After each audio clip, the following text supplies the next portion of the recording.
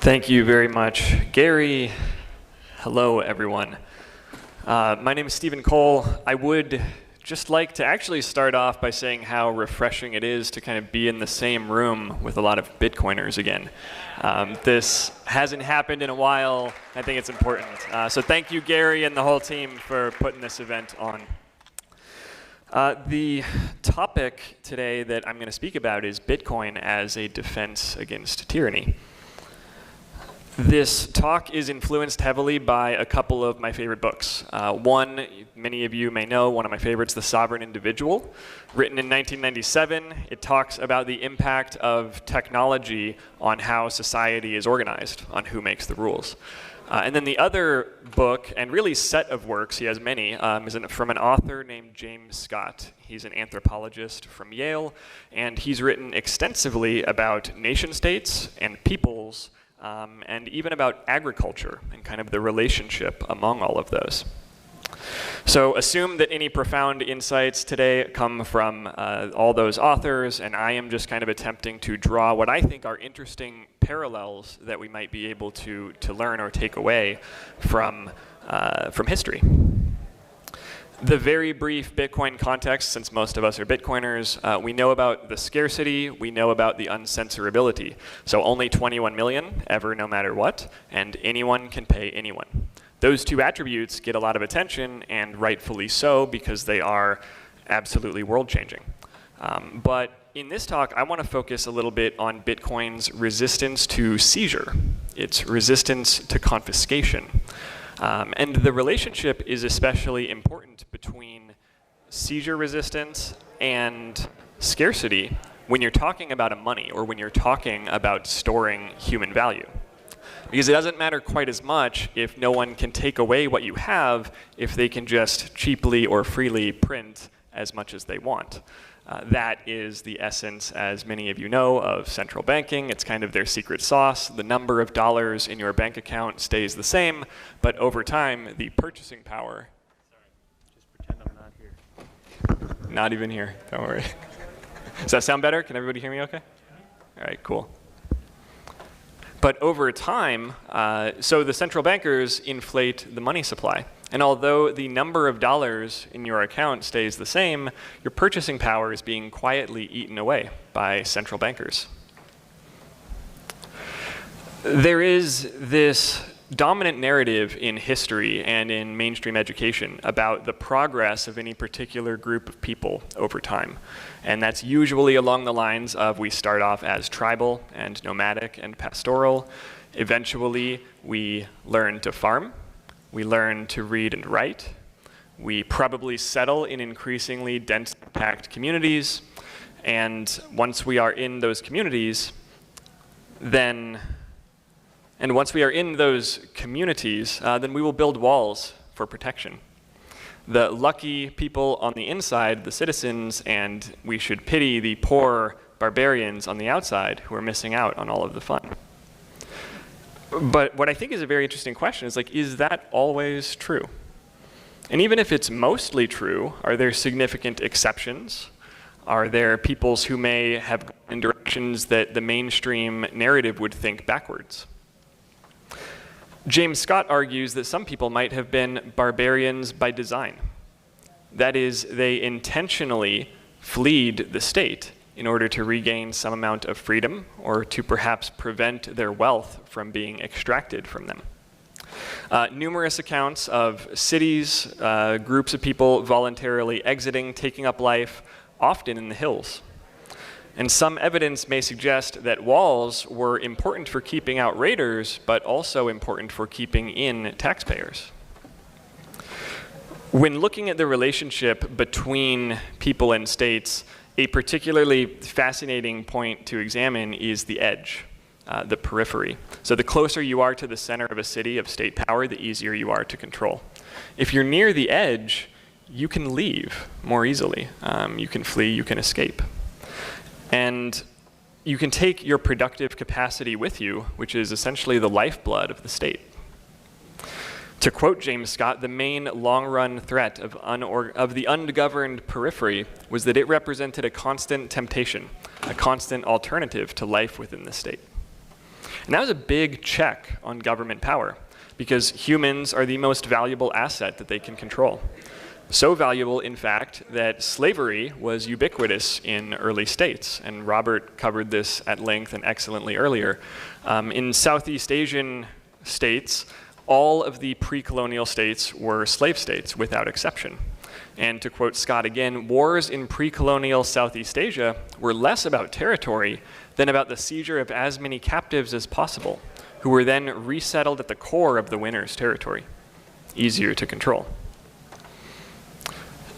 The work of James Scott and other anthropologists centers largely around this region you can see shaded in red. They refer to it as Zomia. It is not formally a political state or nation today. It spans what is China, parts of Burma, Laos, Cambodia, Thailand, Vietnam. It's particularly diverse in its terrain and geography. So the mountainous regions tended to be at the edges of the states. The states occupied the flatlands. The states were the valleys, and the mountains tended to be the realm of the ungoverned tribes. And why might that be? Well, to a state, the hills represent friction. It's hard to march up a hill. It's harder if you're carrying stuff, like weapons. And if you're going as a group and you need to defend yourselves, it's especially hard if the paths are narrow, if there's dense forest on both sides, difficult to cut or burn through, making you vulnerable to attack from people who may not want you to be there, who might not want to be pursued. So even more basically than that cost is knowing where to go in the first place. Counting people and knowing who is where and who stores their value where was not easy for early states. It's something we take for granted nowadays with credit cards and the global reach of the financial system. So you could say that people would flee to the hills and that would make it more costly to pursue them in order to extract their wealth, in order to tax them with the threat of violence. This reduced the return on investment for violence of the nation state. Paul Wheatley, historian, says political control sweeps readily across flat terrain, but once it confronts the friction of distance, abrupt changes in altitude, ruggedness of terrain, and the political obstacle of population dispersion and mixed cultivation, then it runs out of political breath. And more succinctly, Baron de Tott, a Hungarian military officer, says the steepest places have always been the asylums of liberty. So this introduces a very interesting incentive. The states have a strong incentive to push inhabitants toward agriculture, and particular types of agriculture, sedentary agriculture. In large part because it allows them to pack people more densely, to exercise control over them more easily, and to tie their value to the land in a way that's very visible, even to the naked eye. Grain agriculture, particularly rice, has attributes that make it an ideal fuel for nation states. It grows above ground, can be transported long distances, up to 200 kilometers, stores well for up to 2 years, and all tends to ripen around the same time after it's been planted and ready for harvest. So as a tax collector, or as a thief, or as anyone who wants to steal value from people who have invested their time in rice, you can tell from afar how much they have. You can tell that they are there. It is visible. You can see it from afar. And you can know not only how much yield might be expected, but when it could be expected, and when might be a convenient time for you to swing back by if you wanted to steal some capital for yourself. Simply counting people was a big challenge for states, as we touched on earlier, and that's something James Scott refers to as legibility. So agriculture, and especially grain agriculture like rice, increased the legibility of the population. It made it easier for states to enumerate their population and to account for them and to expect taxes from them. In some sense, you could say that rice is kind of like fiat money and the legacy banking system. It's easy for the state to see who's doing what and to seize or censor as they may see fit. But at the other end of the agricultural spectrum is another plant called cassava. Cassava is a root crop. It's a tuber. And it's a starchy plant similar to a potato or a yam. Grows underground, stem protruding up with some leaves on top eventually. Cassava does not require as much effort to plant. It can grow and even thrive on lower quality soil, marginal soil. And it doesn't have strong demand for hydration. In fact, it's even classified as being drought tolerant. So in this way, with those attributes, it becomes easier for nomadic people in the hills in less ideal cultivation climates to invest and get a return in the land. Cassava also becomes ready in under a year, but importantly, it can stay hidden under the ground for as long as 2 years. This gives people a lot of flexibility in when they may want to come and reclaim some of that value. And it makes it easier to hide that value from the naked eye. You can't as easily see cassava as you can wet rice fields. Cassava, like Bitcoin, has some attributes that make it resistant to seizure. It offered people a way to store their value, the value of their labor and their time, in a means that the state could not easily tax, steal, or even find. No existed. This quote's a long one, but it's one of my favorite. In the New World, too, those whose jobs it was to drive the population into wage labor or onto the plantation, they deplored crops that allowed a free peasantry to maintain autonomy. Hacienda owners in Central America claimed that with cassava, all a peasant needed was a shotgun and fishhook, and he would cease to work regularly for wages. The hills provided a realm to which people could exit and try to reclaim some of their freedom. Root plants, like cassava, provided a tool for them along the way to help them survive and help their wealth avoid confiscation. Maybe the hills are like the internet, and maybe Bitcoin is like cassava. I should mention, too, as a footnote to that I feel compelled, given there are probably meat-loving Bitcoiners here, that when I say Bitcoin is like cassava, it's not based on any nutritional statement. I tend to avoid carbohydrates very strategically, but I do think the seizure-resistant aspects are quite interesting. So the state, the defining characteristic of a state is a monopoly on violence. They're the ones who get to use physical force. They often sprout from the best of intentions, but they do come with some problems. They don't have terribly good incentives to provide quality service. There's generally a lack of accountability because they can enforce a monopoly with violence. They also have some nasty side effects such as large-scale wars and famines due to misallocation of resources in centrally planned economies. Throughout most of history, though, if individuals felt taxed unfairly or that the state was not treating them how they deserved, they had this pesky habit of refusing to pay or leaving or even revolting. And history's littered with examples of tax revolts. During periods of sound money, wars tended to be cheaper and quicker, not last as long. And a large part of that was because ultimately someone had to pay for it. A leader on one side had to foot the bill. So when money was limited, you could say political power was limited.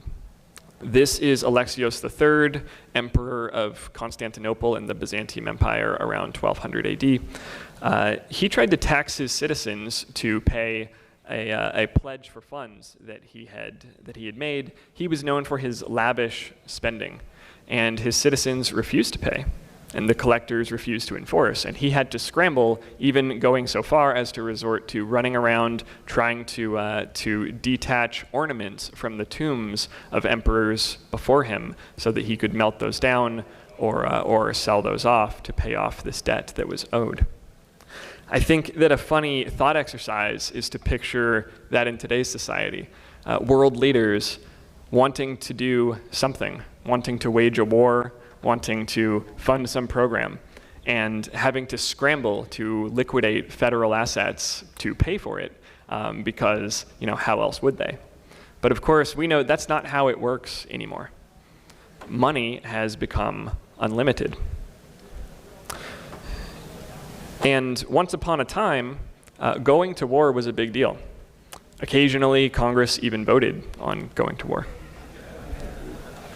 But as money has become endless, war has become endless. War is now the default. And I often wonder, sorry, little issue with the speaker notes here. And I often wonder if that weren't the case, if money was not so easy to conjure up, then would we still be willing to pay that many trillions to go on some of these campaigns if we could really feel that wealth being taken from us rather than having it quietly stolen from our purchasing power in roundabout ways or signed up for future generations to fund via debt? I like to think that we might not. The sovereign individual talks about ages of civilization. First, there was the hunter-gatherer age. After that, the agricultural age, the time of farms, and dominated largely by the clergy and the church. Most recently, the last couple of centuries, the industrial age. And the authors make the case in the book that now we are in the midst of a transition. We are moving from the industrial age to the next age, the information age, and we have been for about 30 years now. It started with the advent of the microprocessor. It accelerated with the internet. And even though the book, The Sovereign Individual, was written back in 1997, they talk about the importance of digital money and how that will help accelerate the transition to the information age even further, really kick it into high gear. The capacity to mass produce books was incredibly subversive to medieval institutions, just as microtechnology will prove subversive to the modern nation state. I suspect that in the coming years, the transition that I do agree is happening will become more apparent. For most of our lives, it's been whatever the nation state says goes, for better or worse. But the further we get into the information age, perhaps the less true that becomes.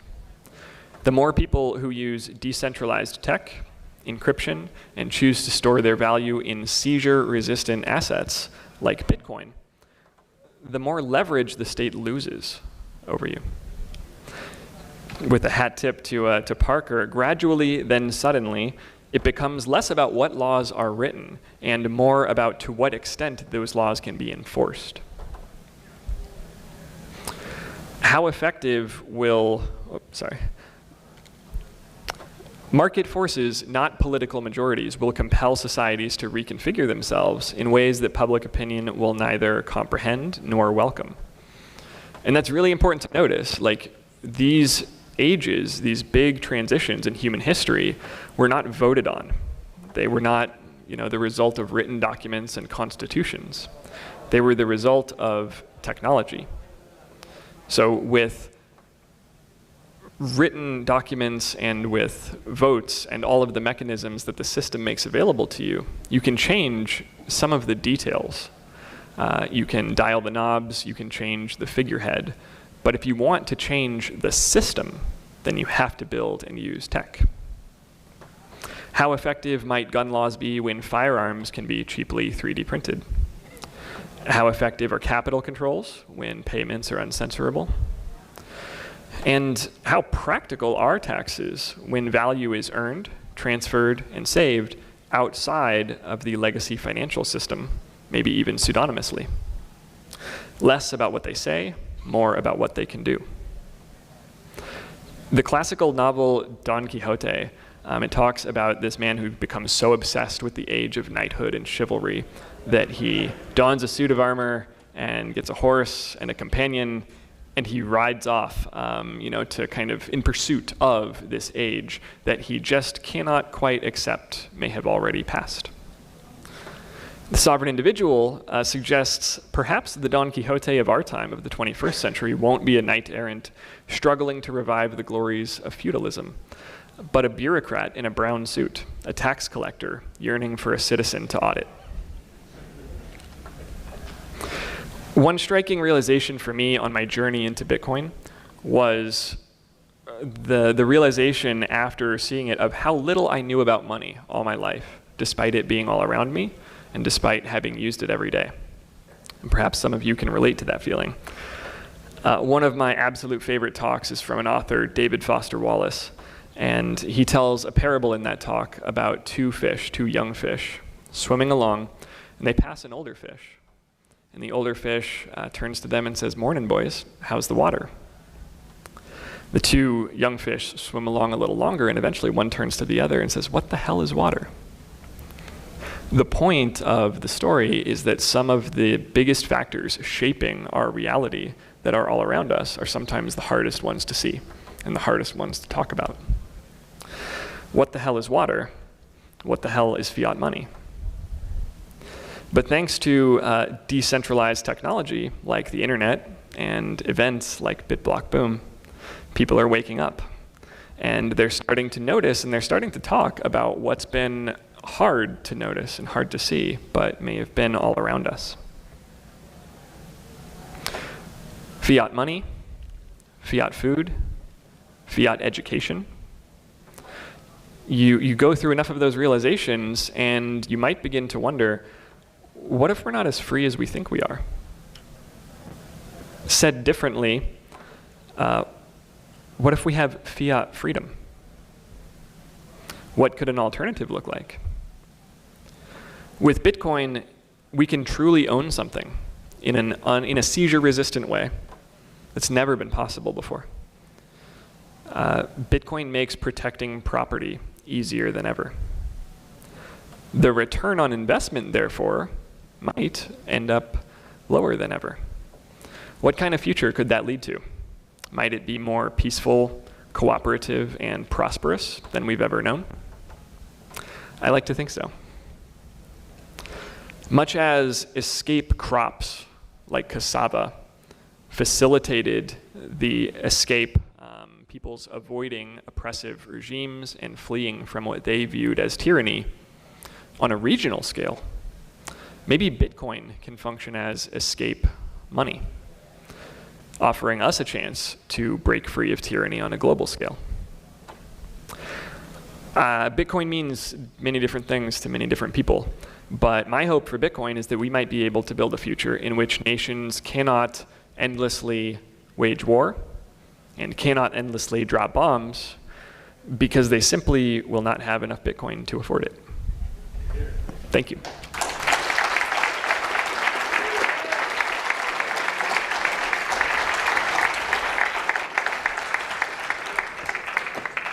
Cool. I've got a few minutes for questions if anybody has any. I don't actually know that much about plants, by the way, so.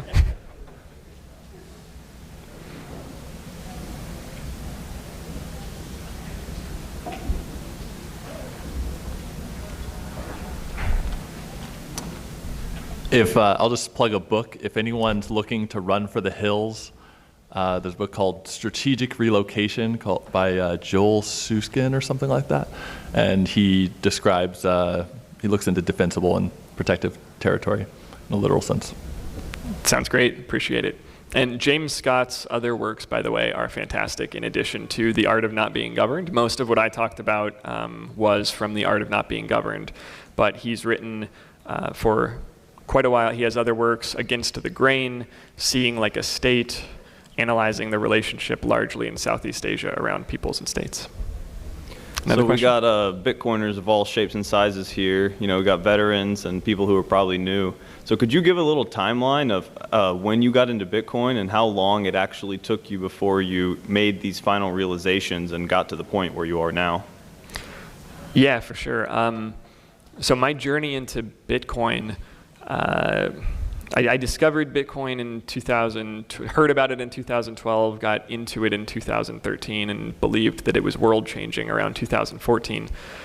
I think, though, I was really fortunate in how I discovered Bitcoin because prior to that, around 2008, I had started paying a lot of attention to economics and money. I was a big supporter of Ron Paul in 2008, and I remember him on stages talking about Austrian economics in mainstream, presidential debates. And so he really opened my eyes. I started reading Rothbard, Mises, and things from the Austrian school. And it just exposed me to a lot of ideas that I'd never encountered in mainstream education. I would ask my friends who had bachelors in economics about Austrian econ, and they had no idea what I was talking about. So it made me wonder if there was something a little bit hidden there, or at least that hadn't been given some of the attention that it deserved. So I think from discovering that and the writings of Ayn Rand, I'm a big fan of Ayn Rand, I had kind of decided that the separation of money and state would be a good thing and would lead to a better future before I discovered Bitcoin. And so it was really just about, a tool, a means of achieving that, rather than a lot of people kind of discover Bitcoin, and the idea of money not controlled by a state is a lot to digest at once. So I feel pretty fortunate in having staggered that a little bit in my journey. Another question? Yeah, so you seem to have like a pretty game theoretical perspective about things, so I'll ask you a game theory question. Like, this transition that is inevitable that you keep talking about,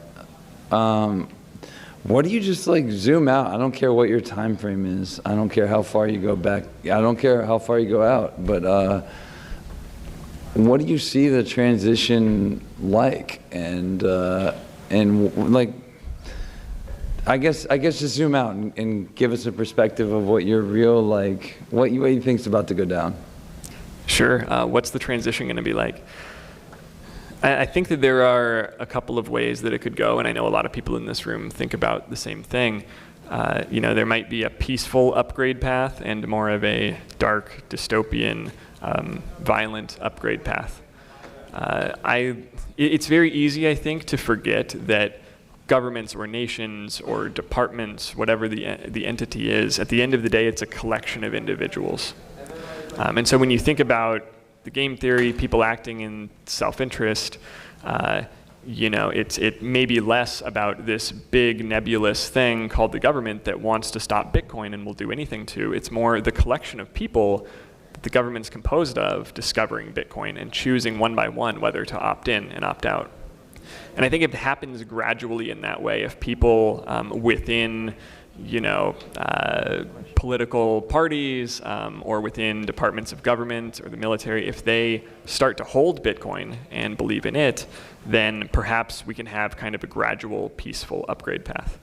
I don't know what way it's going to go, but I am a big believer in what Peter Thiel talks about around you can be kind of a definite optimist, definite pessimist. I think if you take a definite optimist approach to this, that the future will be better, but only if we work to make it better, then I think that's exciting and empowering.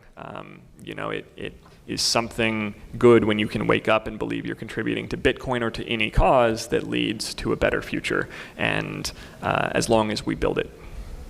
Thank you. Hey man, really great talk. I'm grateful for your thoughts. You mentioned when your analogy of what is water, and how we may have been surrounded by concepts of which we do not question anymore because we were born into it and universally accepted it. In your opinion, what is the best way to explain to people who are so rooted in this theory or these concepts and actually red pill them or expose them to the matrix and everything that we're in right now? Yeah, what's the best way to unplug people from the matrix? I also run meetups in Southern California and have been grateful to have a lot of interaction with people who are getting into the space for the first time. Something interesting that I've observed is not only, well, the power of number go up marketing is strong. I will say that first and foremost. So when the price rises and the media covers it and everyone sees it, then that is hard to beat. I think that is a force to be reckoned with. But at the individual level, one strategy that I love is, I used to go around in 2015, 2016, and I would kind of do the Andreas thing of give a little talk or meet people and then offer to give them $1 worth of Bitcoin and get them some skin in the game. But I never found that to really have too much success. And so I got to wondering about why, and I wondered if psychologically maybe that triggers some of the same instincts as when you're walking on the sidewalk and someone tries to hand you a pamphlet. And reflexively, you're just I don't want this. It can't be worth my time. It's not good. So instead, I flipped it upside down. And if I'm in an Uber talking to a driver about Bitcoin, he'll say, well, so for example, could you pay me in it for this ride? And I'll say, well, I could, but I don't part with Bitcoin easily. Those things are scarce and valuable, and nobody can just print more of them. So I am trying to hoard and accumulate as much Bitcoin as I can. And I think when you put it in those terms, often you can like see this click in someone's, like in their eyes and their mind, and they go, wow, I don't have this stuff, and this other person is like thinking a lot about how to accumulate this stuff. So, is there something I should be doing differently there? And that's been a pretty successful tactic for me lately. Thanks. All right, and I think that's all the time we got for questions. Very much appreciate the time and the opportunity.